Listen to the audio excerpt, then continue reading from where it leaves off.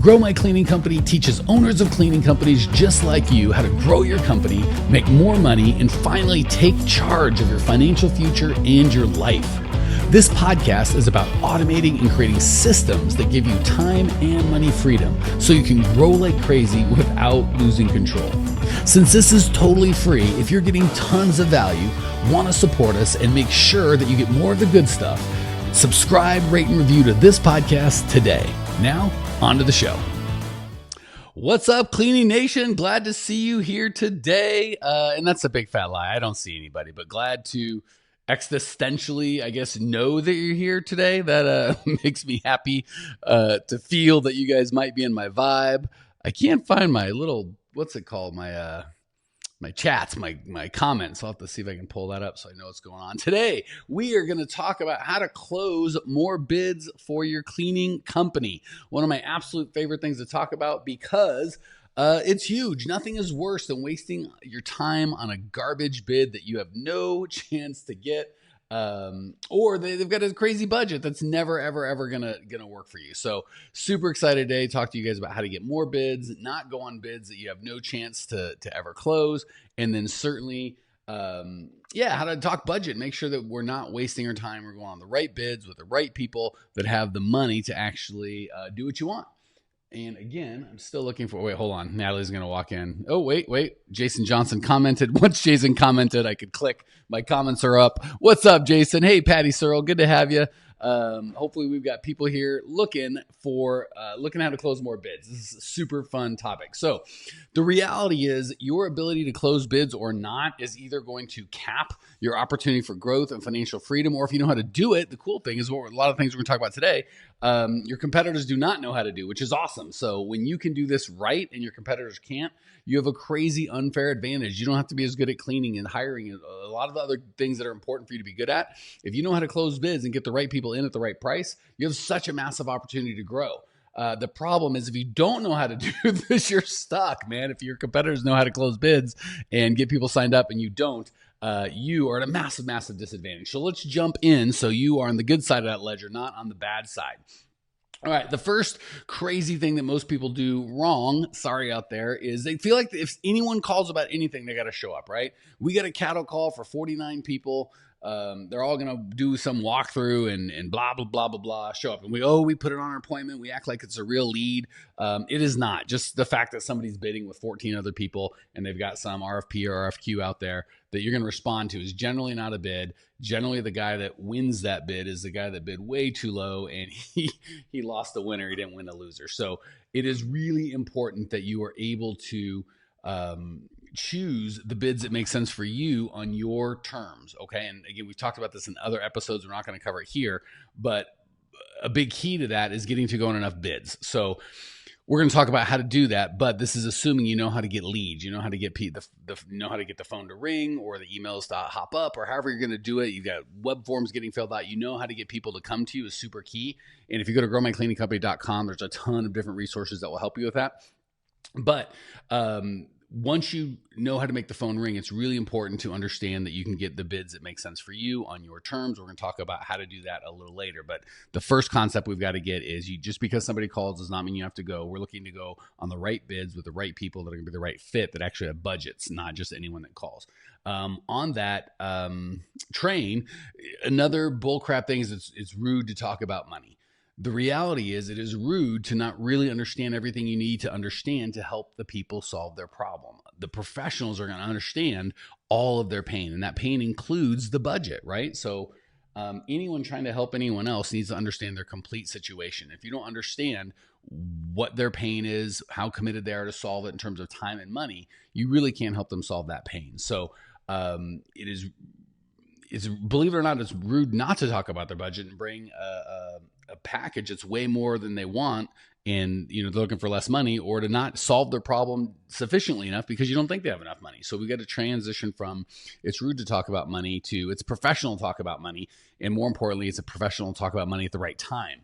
And I can hear all of you guys and gals out there. I haven't seen it in the chat or the comment yet, but it's coming. You're thinking it, even if you haven't texted it, is saying, well, they won't give me the budget. They're, either won't give it to me or they'll lie and give me a false budget. The reality is, when they're not telling you the truth, it's because they don't trust you or they don't understand how you understanding what their budget is can actually help them. So obviously, if they think you're asking for a budget so you can charge more or try and screw them, of course they're not going to give you their budget. Nobody's going to give you their budget in that circumstance. But when you help them understand that A, you're there to help, and B, you understand their pain. And that is really the key to the whole operation. If and when they don't think that you understand what they want or why they're special, right?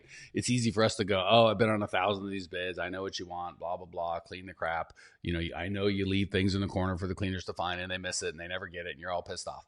But that is the exact opposite attitude of what we need. The attitude we need that's going to be successful is you are unique. You have your own certain circumstances that are important to you, and I've got to understand you and unique circumstances, who you are, your job, everything about that. That's really what they want. And when they feel that they're heard and understood and that you really, really get them at a deep level, they will absolutely give you their budget, and they'll give you the real budget. And I'll give you a hint. You have to talk about it at the right time, which is right after you have pain. And if you don't have pain, there is no sale, so there's no need to go on.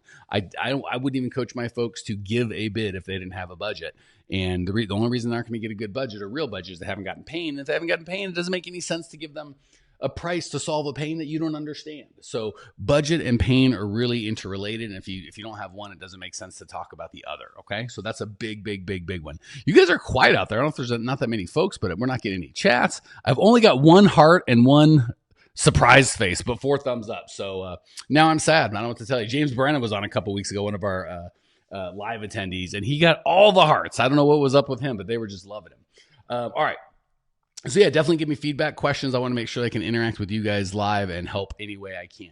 All right. So the first thing is we've got to get over the fact that we don't have to go on every bid. We're looking for the right bids. Move over from the fact that it's rude to talk about money to we have to talk about money to really understand their pain and be able to solve it. 3, they will give you their budget once they understand you are there to help and you need their budget to help solve their pain and to get clearer on what they're doing. That's what they'll do. There we go. Hello from Washington. Kylie says, hey, checking in from Alari. Glad to have all of you guys here. All right, the next thing is, this is probably the big, now everyone's showing up. Hello, Melissa. All right, you guys are the best. I get sad everybody's here. Joe Lou's here. I thought Joe Lou had forgotten about me. Jason says he's taking in, trying to make sure he can do it right. Jason could half teach us stuff. He's such a genius. All right, so the next big one, and this is probably one of the things people get wrong the most, is setting the appointment. So many people have appointment setters do it, or somebody else, or a $10 an hour employee answering the phone. Crazy talk. It is. I would say it's as important, sometimes more important, on how you set the appointment than it is how you go on the appointment. If you set the appointment wrong with the expectation that you're going to go out there, they're going to be like, hey, that building over there 2 times a week, that building over there once a week, give me a bid and get back with me. If that's the expectation, you are screwed. That is a waste of your time. Hey, Stephanie, good to have you. Lara says, what's your opinion on getting clients to pay a registration fee before taking them on board? Never heard of it. Don't know what it is. Wouldn't coach it. Sounds scary. Joe Lou's in the house. All right. So it's really important that we set good ground rules for what's going to happen before we go out. Hey, Daisy, good to have you, sister. So I am looking for uninterrupted time. If someone's not willing to give me whatever I feel is appropriate, probably 20 minutes on the low end, 45 minutes on the high end, maybe an hour if it's a massive property. If someone's not willing to invest that amount of time for all the decision makers to be there to really solve their problem, I'm certain that they have to be as committed or more committed to solve their problem than I am. So, hey, Stephanie. Uninterrupted time, right? If they're going to be on the phone or got 6 other things going, I'm not going out. If they don't have a little bit of pain, some interest, that they're just like, my boss told me to call and get 3 bids. That's all I know. Can you come out? No, I can't come out. I also want to make sure I know everyone that this is important to. All the decision makers are going to be on board. So it's really important that you set ground rules as to what's going to happen before you go out. Because if the ground rules are, it's going to be a cattle call, you're going to come out with 20 other people, no one's going to really talk to you one-on-one and really help you understand what we're trying to accomplish here. If that's the case, I'm not going. It's just not gonna work. So keep in mind how you set the appointment. The ground rules that you lay are equally, if not more important, than when you go on. When you do it right, this makes the appointment a walk in the park. And when you do it wrong or skip it, you're almost doomed before you go. That said, I was gonna say one other thing. What the heck was it? It was so important. Can't remember. We'll have to come back to it. All right, so that's that. The next thing, and this is as much for salespeople. We get it when they tell us this, but then we tell it to ourselves and think it's true. This looks good. We're going to call you soon. We'll give you a call any later this week. anytime there's not a clear future is what's going to happen next, they're trying to get you out of their office. So when they say stuff like, "Oh, this looks great, I'm going to take it to the big man. We're pretty much sure we're going to go with you," that means get the heck out of here. So what we really want is a clear future. I never give a bid until I've got pain. I understand what their problem is, and we have an agreement that if I can solve that pain within their budget, they're going to go forward. So when I come to get a bid, it really should be when the whole thing's set up properly, when you set the appointment properly, when you go on the appointment properly, set the expectations for when you give the bid. It really should just be either it's going to be in your budget, and since we're super clear on your pain, if you do this right, your competitors won't be. You'll be the only one that gets their pain. Obviously, you're going to sign up right now. And if it's not in the budget, typically what I'm going to encourage you to do is give two bids, one that covers everything they want in their pain and maybe is more than their budget, and then something that's in their budget that may not cover everything that they want to do. But I always have that clear future. And what that can look like is when we're going out, I'm going to say something like, "Hey, if for whatever reason I don't think we're a good fit, are you okay if I tell you that?" And most of the people are like, "Yeah, sure, of course, that's no problem." And then the flip side of that is, for whatever reason I get out here, if you don't think I'm a good fit, I'm too expensive, you don't like my car, you don't like my face, you don't like the way I talk, one excuse is as good as another. If you don't think I'm the best solution for you and your company, are you okay just telling me that? And the reality of the situation is everybody will say yes to that. And then the magic comes in. We go, great. If I get out there and I know that I'm absolutely the best person to solve this problem for you, and you believe that I'm the best person, I can solve it, what would you like to see happen next? The two ways they're going to answer that is, one, well, what do you mean? What would happen next? We'll get started. Great. Now we've got an agreement to do that. And two is, well, I'd have to give it to the board, or I'd have to check some sort of objection that you want to hear early in the process, not later in the process. Melissa's asking, is this in regards to commercial accounts? You can do this for commercial or residential accounts. The concepts are the same. Residential accounts are a little easier to work with, so you may be able to do a scaled down version of this, but the concepts are exactly the same whether working with commercial or residential. Either way, we want to make sure that before we give a bid, we have a commitment that if it's not a fit, they're going to tell us, and we have the right to tell them if it's not a fit, and if it is a fit, what's going to happen next. And that way we lose the think it over. This looks real good, boss. We're going to get back with you, because we eliminate that before we even give the bid. Okay, when we do give the bid, so many people, residential and commercial, want to talk about the cleaning part of it, right? With residential, they'll walk around the house and be like, "Oh, putting their, they've been taught, put your hands on the dust," or somehow shame them into thinking they've made a terrible decision. And same with commercial. That is not a good strategy. I never like overtly or subtly talking bad about our competition, and B, you're enforcing them they made a bad decision, which makes them feel not good about themselves. So we don't want to knock. They're not looking for a cleaning problem. They're looking for a problem about how they feel, right? They feel like their cleaner screwed them, or it hasn't kept their word, or they're taking advantage of them, or there's something like that. So we want to make sure that when we give a bid and when we get their pain, 20% should be about cleaning. This is, vacuuming versus mopping, 5 times a week versus 3 times a week, high dusting and low dusting, all this nonsense. The real issue in pain is they don't feel loved or appreciated or welcome home or in control of their environment. And we want to make sure that we're really clear on what their pain is. And the bid should be 92% about solving their pain and understanding their pain and communicating, understand their pain. And once you communicate that you understand it very, very clearly, they're going to assume that you can solve it. You don't have to spend a lot of time explaining to them how you can solve their pain. But if you don't understand their pain, it's going to be a lot of, this is 1,250 square feet of VCT tile to be stripped and waxed twice a year, burnished every quarter, blah, blah, blah, blah, blah. They don't care about any of that stuff. We spend all of our time on that. It needs to be like, hey, you explained how when the wax builds up, your patients, complain, or if you're a car dealership, you get low, I forget what they call it, but low reports to the dealer of, the cleanliness of the facility. If you're on the residential side, a mom might say, I can't come home after a hard day's work and relax because I've got dishes staring at me, right? So you want to make sure that your bid is all about their pain and not about the specific, we're going to dust this or do that, or this is the kind of trash bags that we use, or these details that all your competitors are going to use that aren't interesting. They just want to know that you understand their pain and you're able to solve it. And that kind of ties into another belief that just kills us, which is, so again, all your competitors are going to do is walk around the house and talk, well, what about the pet hair? What about this? And how's this dirty? Dirt, dirt, dirt, clean, clean, clean. And that is really not what they want. They want an ultimate result of feeling relaxed or feeling safe or lowering absenteeism if they're a business. There's all sorts of things they want that they think the cleaning will get them. Let your competitors talk about the specific clean. You talk about the thing behind it. For me, when I coach owners of cleaning companies, we certainly give them the tactical how to build your company. But when I'm helping them understand if we can work together, I'm talking about the freedom it's going to give, the time it's going to give for you guys to spend with your family, the change that this may make, the legacy for not just your family, but your kids and your kids' kids, and how you can flex your entrepreneurial muscles as opposed to being stuck cleaning toilets, right? So very different than let's talk about your P&L and all sorts of this stuff. So we obviously want to be able to back it up, right? I obviously have to be able to coach you guys to success. But when I'm having that first conversation, see if we're a fit, I'm really going to talk about your goals and where you want to go and what's working and what's not working and how you're stuck. And that's exactly what you want to do with your folks. So certainly you have to be able to deliver the result that they want via cleaning their building and their house. But when we're on the sales call, we're really having a pain conversation. We're getting really clear on pain, not on exactly how we clean or what we clean or we're green or we use this kind of materials. They don't care about that. They just want to know you understand them and you can help them. So they really don't want the most clean for the least money. They want to work with the people that understand them the most and make them feel secure and loved and cared about and all that sort of stuff. I promise you, even with government bids, people are like, they don't have any pain. They do have pain. Their pain is you have to follow our system. We have a cranky system and every I has to be dotted and all the paperwork has to be filled out right. But that's what we want you to do is follow our system. So they still have pain and that pain isn't around getting their stuff clean. So don't be fooled that their pain is cleaning crap. Their pain is always something different. And if you don't understand that, your competitors do, you have no chance getting it even for less money.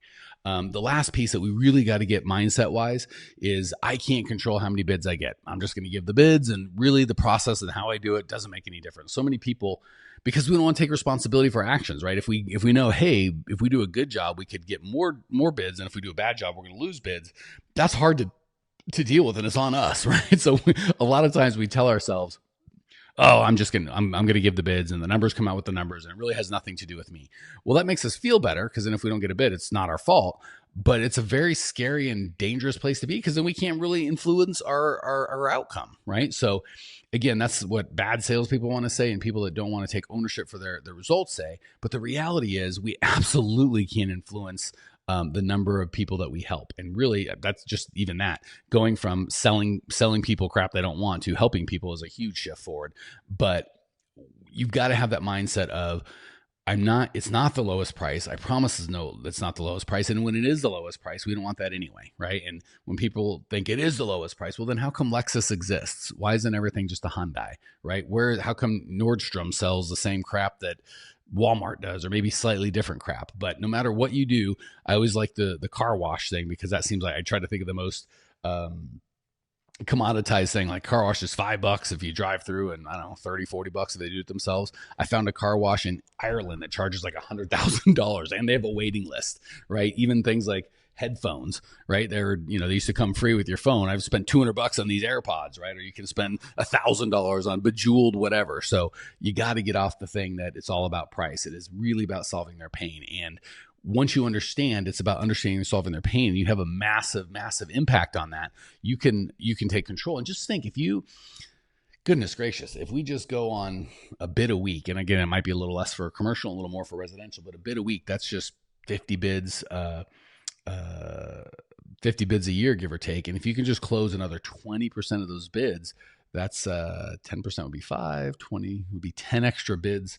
Is that right? 20% of 50 would be 10. Yeah, that'd be an extra 10 bids per year.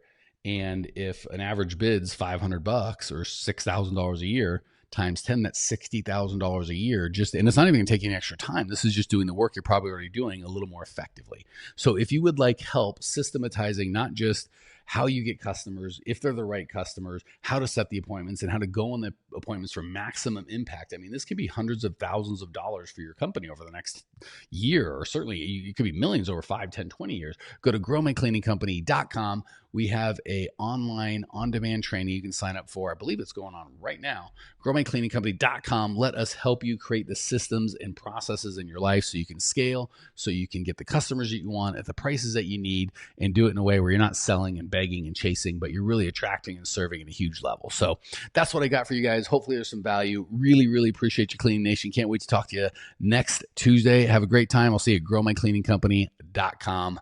See ya. I always say see ya, and then I don't know how to end the call because I forget. Oh, there it is. I'm going to click finish. Now see ya. Have a great day, Clean Nation. Thanks for tuning in to today's show. If you're fired up, ready to grow, and want to see if you have what it takes to work with us at Grow My Cleaning Company, here's what I want you to do right now. Go to growmycleaningcompany.com/talk. That's growmycleaningcompany.com/talk to book an appointment to speak with me personally. I'm going to jump on the phone with you to get you crystal clear on where you are now, where you want to be, and how to get you there. Don't walk around in the dark any longer. If you are serious about growing your cleaning company, it's time to finally get the systems in place that you need to grow. We've helped hundreds of owners of cleaning companies not only grow their business and their personal freedom, but give back to their community as well. If that's what you're looking for, head over to growmycleaningcompany.com/talk and book a time to talk with me personally. I can't wait to get to know you and your business.